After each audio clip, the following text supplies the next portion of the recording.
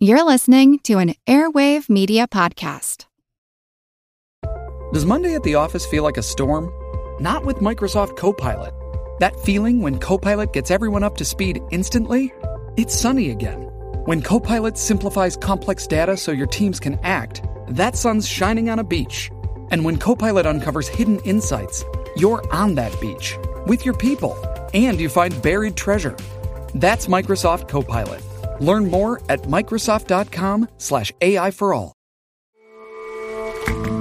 I'm Jason Palmer, one of the hosts of The Intelligence, The Economist's daily current affairs podcast. The Economist's award-winning shows make sense of what matters, from our special series on China's president to our weekly podcasts on business, technology, and American politics. Our journalists provide fair, in-depth reporting on the events shaping the world. To get the annual plan for less than $2.50 per month, search for Economist Podcasts Plus to start listening today. Hello everyone and welcome to History of the Second World War. On this episode of our Spanish Civil War interview series, I was joined by Dr. Dean Valencia. Our conversation covered several different topics, including the concept of alt histories, or the purposeful misrepresentation of history to serve a specific and often political purpose. This idea is in no way limited to the history of the Spanish Civil War, or the Second World War, and it is a concept that can be found throughout history. I hope you enjoy this interview, and as always, you can find out more information about Dr. Valencia's work on the website at historyofthesecondworldwar.com/interviews.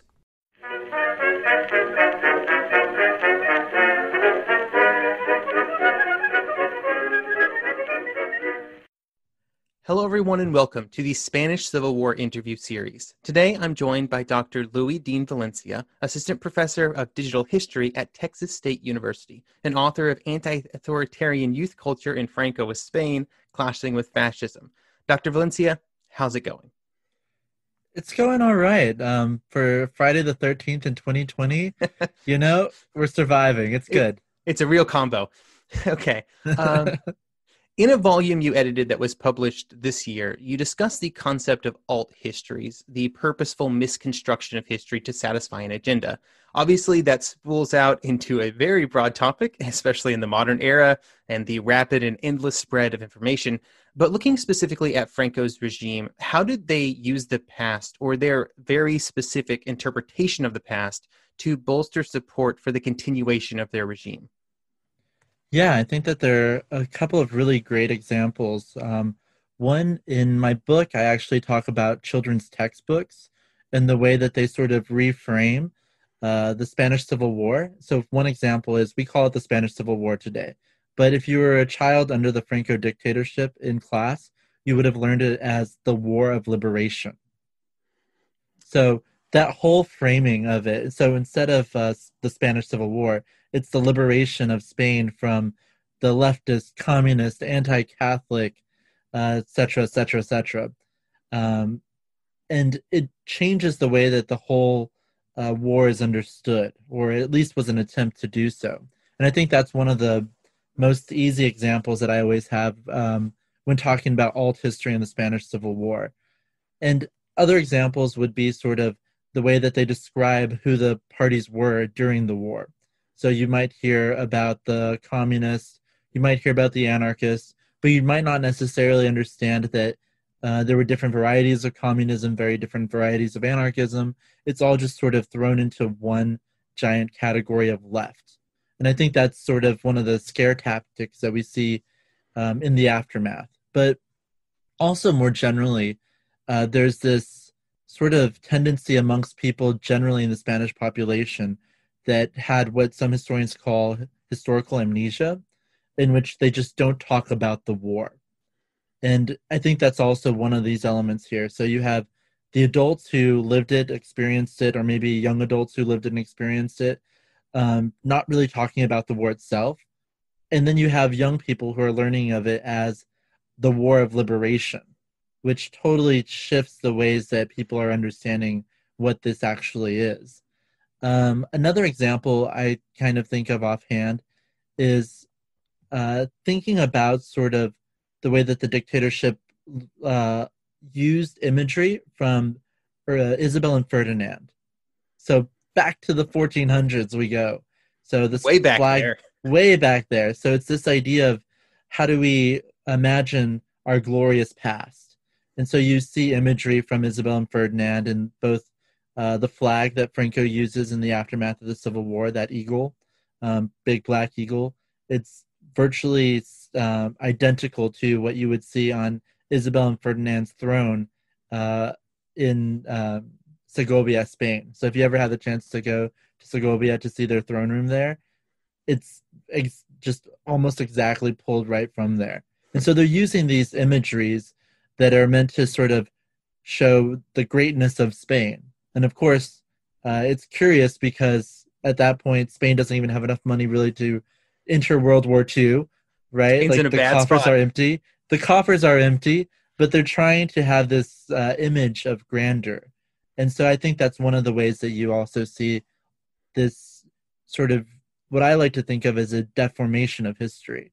It's an entirely made up idea of what Spain's actual situation was at the time, but also trying to drag out the history of people like Isabel and Ferdinand or El Cid, who was this mercenary for hire in the Middle Ages, also used to sort of bolster this image of Spain's greatness.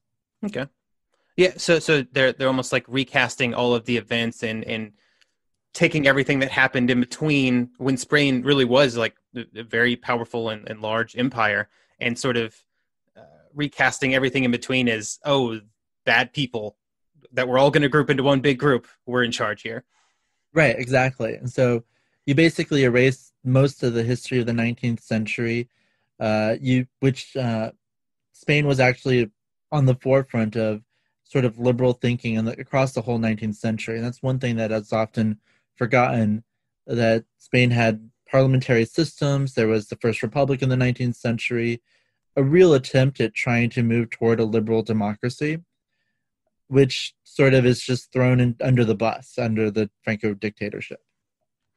As you just mentioned, and I think in one of your earlier books I read, in the last decades of the Franco dictatorship, which is kind of where some of your focus is, obviously many of the people there were not alive to experience the Civil War, and they had also been brought up in this education system that was telling them a very specific story about the Civil War.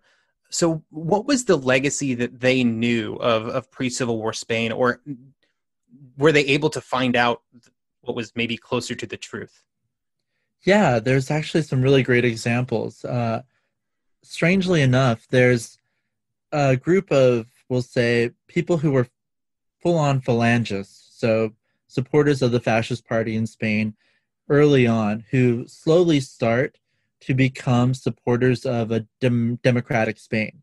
And so it's through even people like the person who wrote the Spanish national anthem, the Francoist anthem, who start to work with youth groups to change the way that their history is being told. So you have secret poetry groups that are being organized where poets from before the Civil War who might have lost the limelight can talk a little bit about their experiences, but it would be through poetry. So it was always sort of this coded language.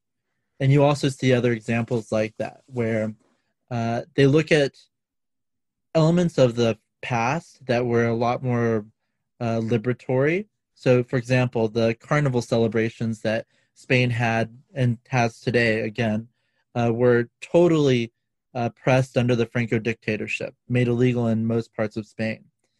And slowly there's anthropologists and young people and all of these groups that are trying to look at, well, what were our traditions before the dictatorship? And those start to come back slowly. And so you see sort of, and the carnival is really important because you would have instances where it was pretty normal for a man to dress up in drag for a carnival. And that would have been a big no-no under Franco's dictatorship. And so all these sort of transgressive ideas of the past, of this more pluralistic, liberal Spain, started to seep through again through sort of young people trying to figure out, well, what were our traditions before the dictatorship? And hearing it also from people who were able to use coded language to describe it.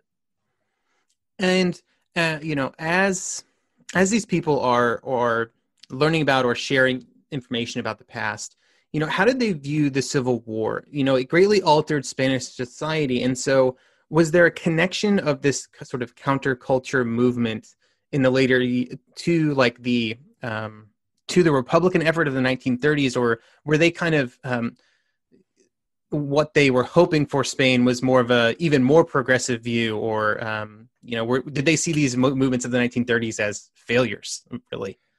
I think it's a combination of things. So when you're looking at the 60s and 70s, you have a couple things happening simultaneously.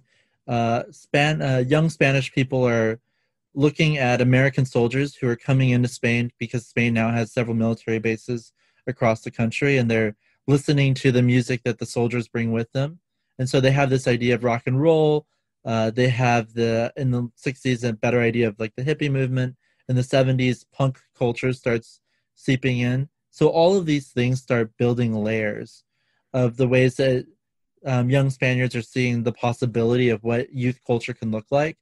But at the same time, they're oftentimes, especially in these more progressive cases with student groups, they're a little bit skeptical of American imperialism, etc. So they're not necessarily buying into all of it, but they're looking to what were the things that were traditions that were Spanish that they could also draw from. And so you see a lot of democratic socialist groups starting to come around, which was drawing specifically from the 1930s.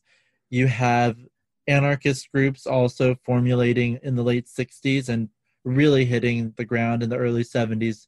Franco doesn't die till 1975, so it would have been still very dangerous for them to be engaging with these things, and even communist ideas. Oftentimes, the students who were looking at these political ideologies from Spain in the past, they would be talking with people who were alive then and also reading the materials that they would have been reading back in the 30s. And so it wasn't that there was just a total break from the past, but it's also these elements of socialism, communism, and particularly anarchism that start to meld their way into this sort of hippie, progressive punk culture that grows up in the 1970s in Spain, which is really when a lot of this happens.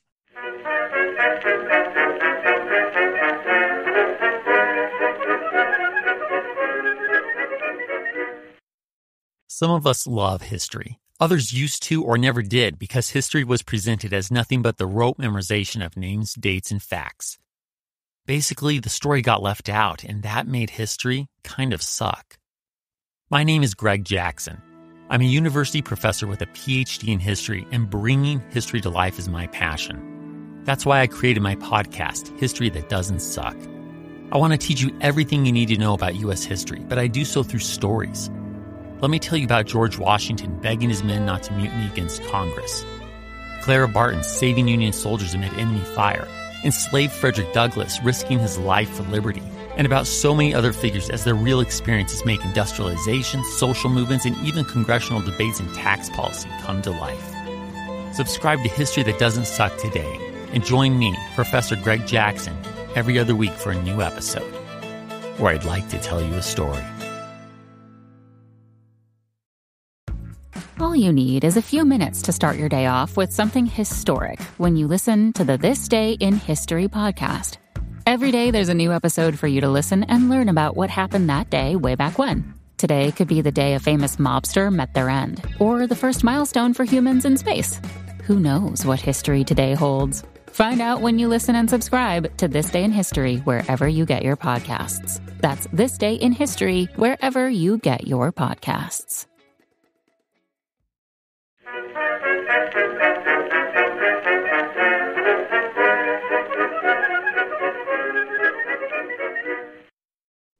So how are these sort of groups or these individuals viewed by the government? Like, is this a case of, oh, those silly young kids, or is it, that we need to go arrest these people and put them in prison?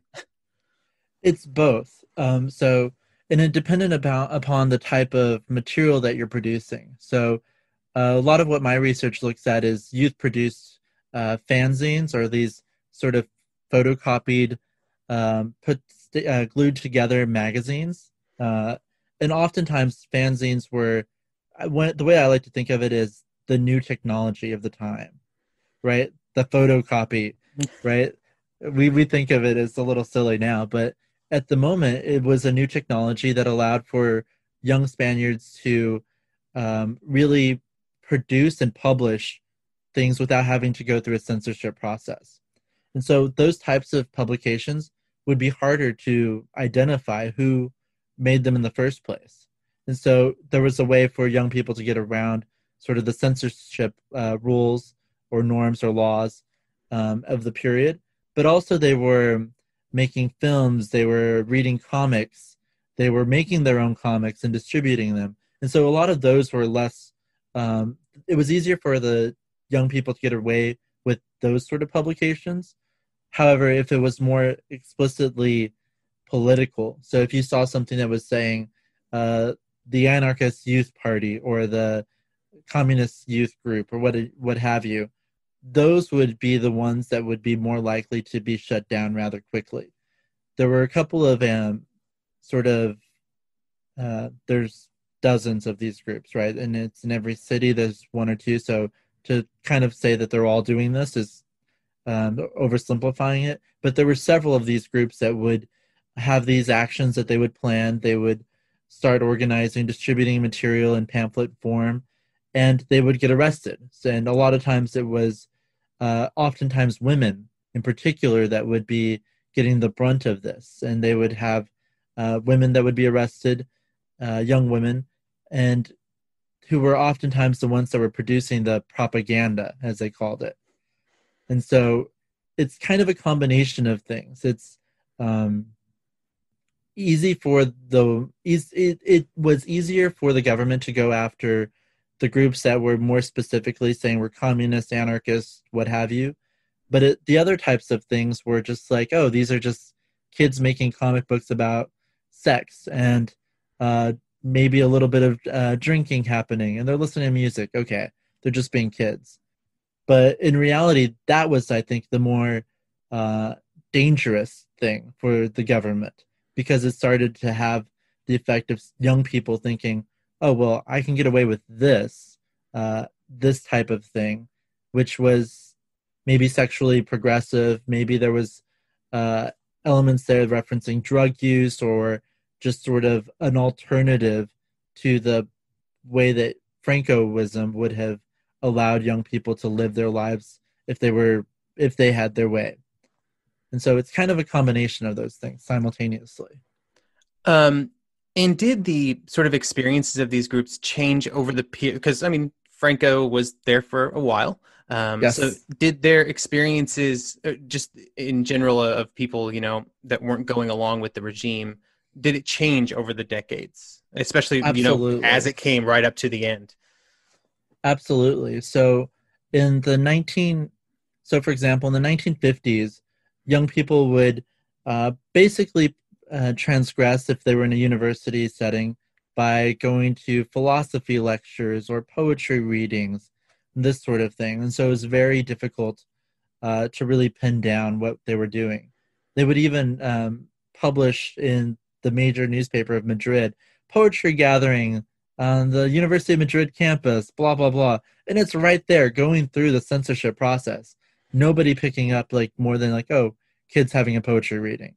But it would be really a subversive act that they're getting people together to read and discuss ideas that would have been dangerous to the dictatorship. By the 60s, you have young people that are also maybe university age, maybe in their 20s or 30s, and oftentimes they're publishing under things like Christian democratic magazines. So the dictatorship, one of its core tenets is you have to be Catholic, right? To be a good Catholic is to be a good Spaniard. And so they would use Christianity as sort of a guide. It's like, we're just a democratic Christian magazine, no big deal. There's this one magazine called Cuadernos para el Diálogo, Notebooks for Dialogue. And later on, the editor, in his discussion of it, he said diálogo or dialogue was always sort of a euphemism for democracy. And so when somebody would read Notebooks for Democracy, a Christian democratic magazine, they would think, okay, that's what I'm interested in. And that would be broadly tolerated by the dictatorship, mostly because it was good to show to their new American allies that, look, we do allow a little bit of something here, right? It's like kind of the token, like this is the Democratic youth magazine. Mm-hmm. And then by the 70s, you just have like sex in the streets, literally. So you mentioned the Americans. So as a person who is a pretty big fan of superhero comics, Yes. it would be remiss of me not to ask about Superman. So some of your writing is about Superman within Spain, and it sounds like the Francoist regime had some problems with Superman. What did they hate about the Man of Steel? Superman was one of the most dangerous threats to Spanish youth, according to most of the prominent censors in Spain. So there was a whole massive campaign to clamp down on the Man of Steel. So I'm a huge Superman fan too. So we got to go into this. So in the aftermath of, we'll say, the Spanish Civil War in the 1940s, there was a brief moment where there were some Superman comics that were being published in Spain, most of them coming directly from Argentina. And it was curious because Superman was wearing the colors of the Republic. So usually we think of red, yellow, and blue for Superman. This Superman had red, yellow, and sort of a slight bluish purple to it. And so it really harkened to the Republic. The dictatorship clamps down on Superman, bans him entirely for the better part of a decade and a half. But then in the 1950s, you see Superman reappear in Spain, and he's massively popular. Several of the surveys of youth during the period, because the government monitored what everybody was reading, right, said that roughly in the high 90% of all young people are reading Superman comics. So this isn't just like it's like for a young person today who is on TikTok. 98% of kids, right? So reading Superman comics would have been that popular. And the government disliked this. So I've looked in the archives in Spain and found censor reports explaining specifically what was good and bad about Superman comics. And number one is he seems to have a feminine quality about himself. So there are images of him in some of the comic books of the 1950s. It was funny for the American audience to see Superman in an apron making food for a super baby. And that's like one comic from the 1950s. It was just like a haphazard thing. And there was like, he has feminine qualities. He also wears this brilliant, colorful, tight costume. He has a double identity. And essentially, the censor reports would say Superman was gay. Double secret identity. He wears bright, flamboyant colors. He is talking to young kids and making food for them. He's basically a woman. And I guess that's charge. Super problematic in Spain with their views on gender and sort of societal norms. Right. They're a very strict traditionalist society under Franco. This would have been totally out of the norm to have a man in tights with a double identity. Like, he could only be gay from the Francoist perspective. And then Lois Lane would wear pants. I know. Just wild. Lois Lane. The travesty of pants. The travesty of pants. Lois Lane is wearing pants. Obviously, she's a lesbian. And it's funny because it's just written out there in plain letters. Like, Lois Lane is a lesbian in the archives. And you're just like, wow. Like, this threat of a woman who wore pants and was known for every once in a while telling Superman, like, what's what, was a threat. And so there was a massive campaign put out to make Superman comics illegal across Spain. So there was a heavy fine. If you were distributing this type of material, it would have been considered something that you could go to jail for. But the curious thing is that young people decided that they weren't going to have it. And they just were trading their illegal black market Superman comics, despite the censorship of them. And so you have these comic book markets that young kids are playing with, trading their comics, and it goes on for the better part of a decade, where young people are reading comic books that had been made illegal. And if you look at some of the reports, even after the comics are made illegal in in the early 1960s, by the 70s, the numbers are pretty much at the same rate. He is still the most popular comic book amongst kids in that range that is a superhero comic book. So they're still reading him, even though it's been illegal. And so you see newspaper campaigns talking about the dangers of Superman, and it's a pretty massive project. And it's funny because it also shows sort of these fascistic norms that are, you have to have a traditional patriarchal society where women's main goal is to take care of the family and to produce children for the nation.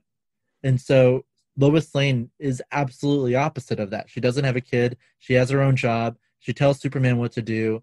And Superman's this closet case, basically. So all of these things are dangerous to a fascistic regime. And I think that's one way to sort of also kind of get an idea of the subtle ways that the dictatorship was fascist, is that it's also at the everyday level. You want to teach your young kids to be a good Spaniard is to not have these sort of progressive ideas of the roles of women or men, for that matter. Yeah, it's interesting to hear that kind of stuff, and how sort of at a grassroots level there were still fascist tendencies within the regime, when at this time they are trying, I'm assuming very much, to be like, hey, we like America, be our friends. Right, yeah, no, and I think that's one of the things that a lot of historians have grappled with, is sort of how to characterize Franco's brand of fascism. So earlier on, a lot of historians were saying, well, it's not really fascism. They didn't go after any Jews, also remembering that Jews were expelled from Spain in 1492, so there were not many Jews to go after.